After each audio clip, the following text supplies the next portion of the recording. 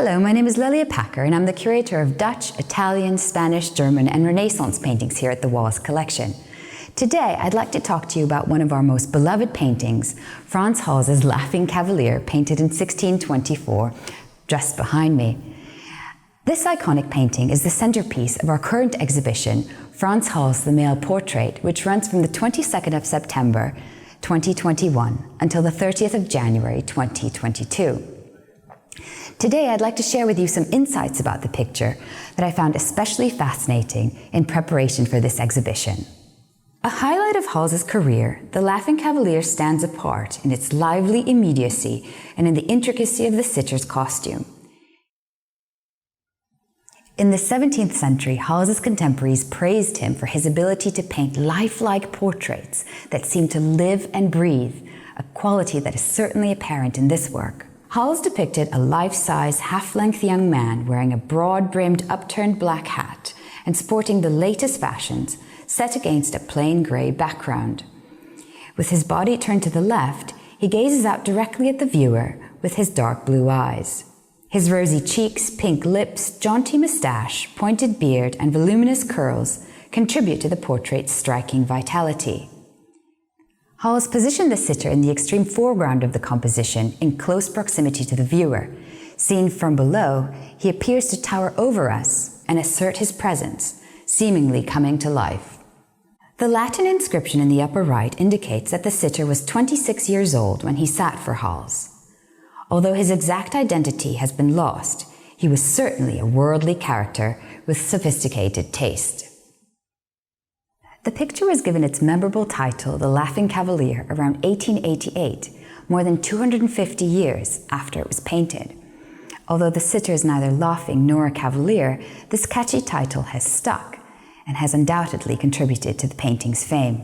One of the most striking features of the portrait is the sitter's lavish costume, a marvelous display of the latest French menswear, accessible only to the upper echelons of Dutch society. This clothing is a significant departure from the more sober, tight-fitting garments influenced by the Spanish court, still being worn at the time. During the 1620s, young, urban, often unmarried wealthy Dutch men, undoubtedly including the present sitter, looked to the French court for inspiration.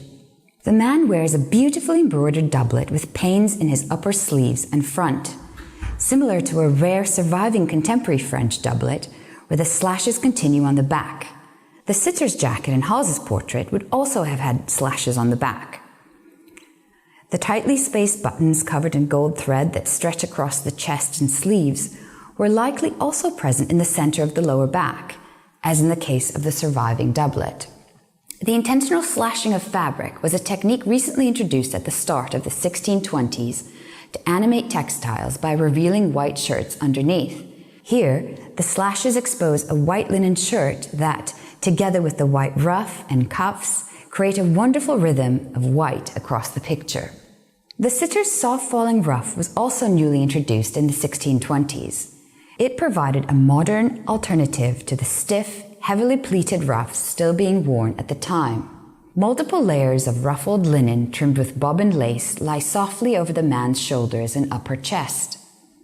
A comparable contemporary ruff composed of 3 layers of white linen, tightly gathered at the neckline and trimmed with lace, shows the delicate finery of this item.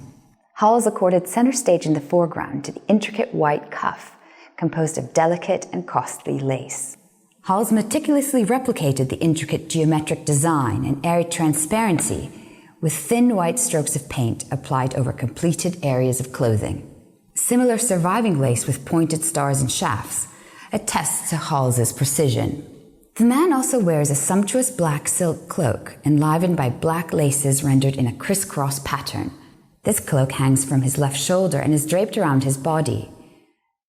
The famous 19th century painter Vincent van Gogh admired Hals's ability to achieve such tonal variation with limited means, leading him to famously declare that Frans Hals must have had 27 blacks. Many of us might overlook the fact that the sitter carries a fully gilded rapier in the crook of his left elbow.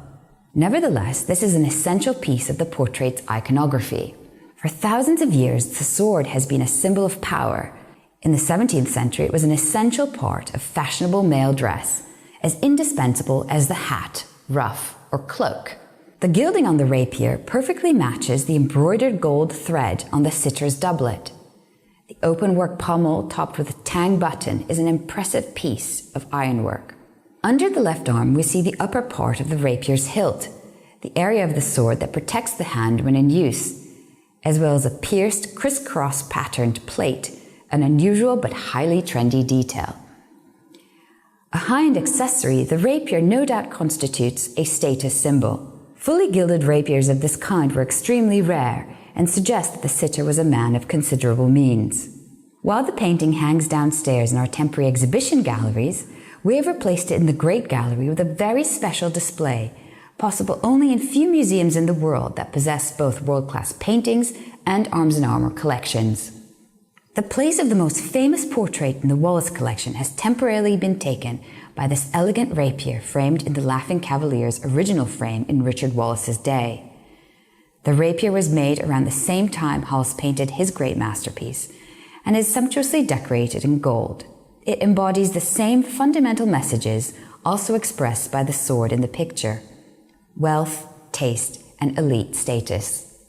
The style of the pommel, skillfully carved out of a single lump of iron, indicates that the Cavalier's sword and this actual one were likely made in England in the early part of the 17th century. There is so much more to say about the painting than I have time to do today in this short video, such as what the various signs and symbols mean on the sitter's doublet, who he may have been, and the important role the painting played in Hals's revival in the middle of the 19th century. If you'd like to know more, please consult the accompanying exhibition catalogue, Frans Hals, The Male Portrait, which explores the painting in great detail. Thank you so much for watching today, and I hope to be able to welcome you to the Wallace collection very soon.